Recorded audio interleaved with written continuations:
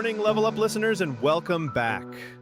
We've dismantled the no time myth and learned how to find moments of movement even at our desks. But there's a deeper reason many of us don't move. For a lot of us, we see exercise as a punishment for what we ate or a chore we have to endure. Today, in this episode, we're going to find the movement you genuinely love and why that is the only secret to a sustainable, healthy life. Let's level up. We pull the best bits from a whole load of sources, just for you. Today, we're getting into a feeling that, well, I think many of us know, that sort of dread, maybe guilt, the feeling that exercise is just punishment. It often feels like a chore, right? Something you have to do, not something you actually want to do. Exactly. So our mission, really, for this deep dive is to completely reframe that.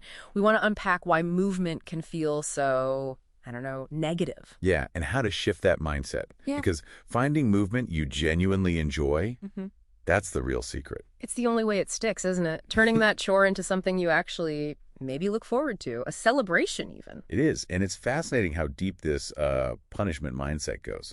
Our sources suggest it often starts way back childhood, usually. Oh, yeah, like school sports or something. Exactly. Think about gym class. For some, it was great, but for others, maybe embarrassing. Or pressure. Or even, running laps because you stepped out of line. Right. Disciplinary exercise. I remember that. It totally links physical effort with something negative in your brain. It really can. Your brain learns to avoid it. And then as adults, we often get caught in that all or nothing trap the sources talk about. Yeah. Like if I can't manage a super intense hour-long gym session, then it doesn't count. So you do nothing. And you feel like a failure, which just makes it worse. It's a terrible cycle. It's completely unsustainable. This idea that movement has to be painful or based in a gym. It sets so many people up to fail. Okay, so if that's the problem, this deep-seated negative association, what's the core shift we need to make? How do we break out? It really boils down to changing your why. Why are you moving? We need to shift from external reasons to internal ones. Okay, so extrinsic versus intrinsic motivation. Exactly. Extrinsic is when you're doing it for something outside the activity itself, like losing weight, getting praise, maybe avoiding feeling guilty. Stuff like that can get you started, I guess. It can, yeah. But it often doesn't last. The motivation fades, or you reach the goal, and then what? The external carrot is gone. And if you hated the process anyway, you're definitely stopping. Right. So the sustainable answer is intrinsic motivation, doing the activity purely for the enjoyment, the satisfaction of doing it. Like going for a run because it actually feels good, clears your head. Precisely. Or playing futsal because you love the game and the team spirit. Or just dancing because it feels joyful. The reward is baked into the activity itself, not something separate. That's the absolute key for sticking with it long term. It reframes movement. It stops being about criticizing yourself and starts being about celebrating what your body can actually do. That feels like a much healthier way to approach it. So, practically speaking, how do we find that intrinsic joy? Where do we even start? Well, the first step our sources suggest is simple but powerful. Redefine exercise. Just call it movement. Get rid of the baggage the word exercise carries. Yeah. Forget the rigid plans, the gym obligation. Anything that gets your body moving counts. Walking, gardening, playing with your kids. Okay, broaden the definition. Makes sense. What next? Then the material suggests going on movement dates. Movement dates, like dating activities. Kind of. Explore things with curiosity, playfulness, no pressure, no long-term commitment needed. Just see what clicks. I like that. So how do you find these dates?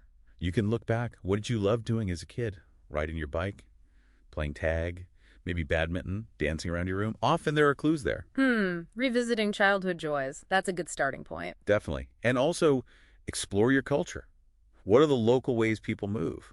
In Indonesia, for instance, you might try pencak silat, which is this incredible martial art. Or join a local futsal game, maybe volleyball. Badminton's huge there too, right? Absolutely. Or just try something totally new. A yoga class, maybe indoor climbing, a dance studio. The goal isn't to be amazing at it. It's just to see how it makes you feel. Exactly. That's the only metric that matters here. Focus on the feeling, forget the numbers. Ask yourself, did I enjoy that? Did it make me feel strong, calm, energized? Do I actually feel better now than before I started? Yes. That's the intrinsic reward you're looking for, not calories burned or weight lost. And once you find something that gives you that good feeling, amplify the fun. Put on music you love, do it with friends, maybe set small, fun challenges for yourself. Make it social, make it playful.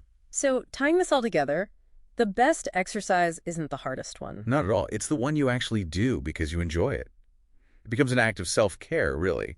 You're rejecting that old punishment idea. Choosing joy instead, it feels like reclaiming something, like personal freedom, that Indonesian concept of merdeka you mentioned. It really connects. The educator Ki Hajar Dewantara talked about freedom requiring discipline. Right.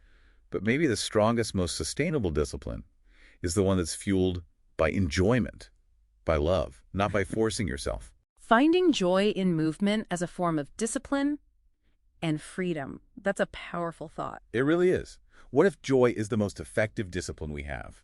Okay, so here's a challenge for you listening. This week, go on just one movement date. Just one. You have 15, maybe 20 minutes. Try something. Anything. And the only goal, just pay attention to how it makes you feel. No judgment, just notice the feeling. That's it. Simple as that. And next time on the deep dive, we'll be getting into intentional pauses, why taking proper breaks might actually be a productivity superpower. Thank you for joining us on Level Up. Tomorrow, we'll talk about how to use short breaks to improve focus and prevent mental fatigue. Until then, find your joy in movement and keep leveling up.